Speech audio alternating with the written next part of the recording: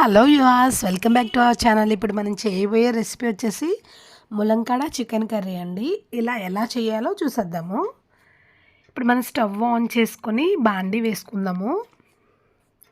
బాండీ హీట్ ఎక్కిన తర్వాత ఆయిల్ని అయితే 4 టేబుల్ స్పూన్స్ యాడ్ చేద్దాము.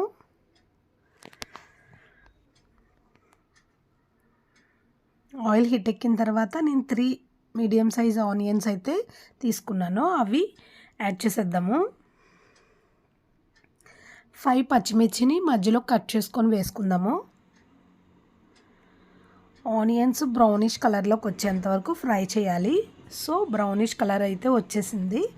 ఇప్పుడు మనం 1 టేబుల్ స్పూన్ అయితే అల్లం వెల్లుల్లి పేస్ట్ యాడ్ చేద్దాము. అల్లం వెల్లుల్లి పేస్ట్ కూడా మనకి కొంచెం బాగా ఫ్రై అవ్వాలి, లేదంటే పచ్చివాసన వస్తుంది. సో అల్లం వెల్లుల్లి పేస్ట్ వేగిన తర్వాత మనం చికెన్ అయితే యాడ్ చేసేద్దాము.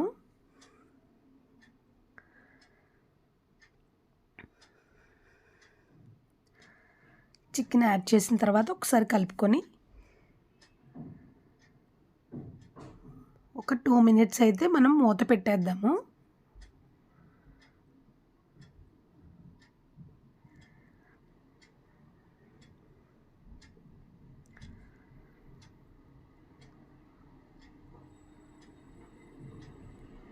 చూసారుగా, ఈ విధంగా మూత పెట్టేసరికి మనకు వాటర్ అనేది చికెన్ నుంచి సెపరేట్ అవుతుంది. సో ఈ విధంగా సెపరేట్ అయిన తర్వాత మనం చిల్లీ పౌడర్ని అయితే యాడ్ చేద్దాం. 2 టేబుల్ స్పూన్స్.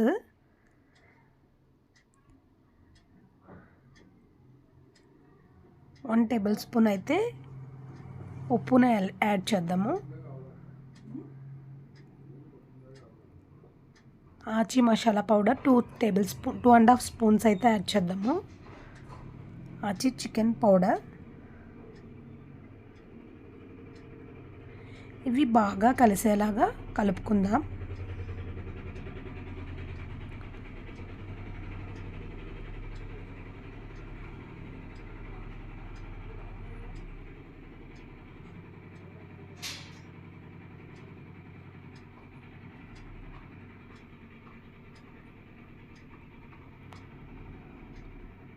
చూసారుగా, మనకు ఆయిల్ అనేది కర్రీ నుంచి సెపరేట్ అయింది. సో ఇప్పుడు మనం ములక్కాడలు అయితే యాడ్ చేసేద్దాం.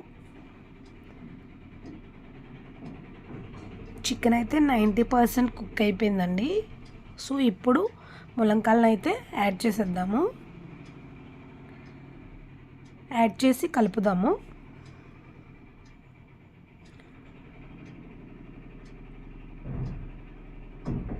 ఒకసారి మొత్తం కలిపిన తర్వాత ఒక 1 మినిట్ అయితే మూత పెట్టేద్దాము ములంకాడలు అనేవి మగ్గడానికి.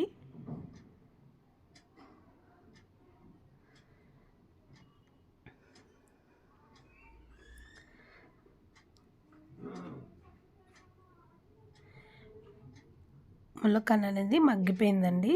సో ఇప్పుడు మనం 1 గ్లాస్ ఆఫ్ వాటర్ని అయితే యాడ్ చేద్దాము. ఈ వాటర్ దేనికోసం అంటే ఈ ములక్కాడలు అనేవి కుక్ అవ్వడం కోసం. ఆల్రెడీ చికెన్ అయితే కుక్ అయిపోయిందండి. ఒకసారి మొత్తం కలిపేసుకొని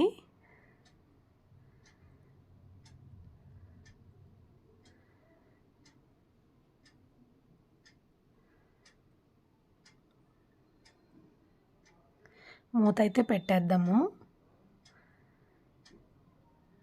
చూసారుగా, ఈ విధంగా మనకి ములంకాడలు అనేవి ఉడుకుతున్నాయి. సో మనం ఇప్పుడు ఫ్లేవర్ కోసం కొత్తిమీరని అయితే కొంచెం జల్లుకుందాము. జల్లి మళ్ళీ మూత పెట్టేద్దాము. చూడండి, ఇంకా ఆయిల్ అయితే కర్రీ నుంచి సెపరేట్ అవ్వలేదు. సో ఇప్పుడు కర్రీ నుంచి సెపరేట్ అవుతుంది చూడండి. చూసారుగా, ఈ విధంగా మనకి ములంకాడలు కూడా చాలా బాగా కుక్ అయిపోయండి. చికెన్ కూడా కుక్ అయిపోయింది. ఆయిల్ కూడా కర్రీ నుంచి సెపరేట్ అయిపోయింది. ఇప్పుడు మళ్ళీ కొంచెం కొత్తిమీరని అయితే యాడ్ చేసేద్దాము. ఇలా చిన్నగా కట్ చేసుకొని యాడ్ చేసుకుంటే కొత్తిమీర అనేది మనం అన్నంలో రైస్లో కలుపుకున్నప్పుడే కొత్తిమీర కూడా మనం తినేస్తాము. లేదంటే మధ్యలో తగిలి పిల్లలు అయితే వదిలేస్తారు. కర్రీ అయితే రెడీ అయిపోయిందండి. ఎలా ఉందో ట్రై చేయండి, కామెంట్ చేయండి. Thank you for watching.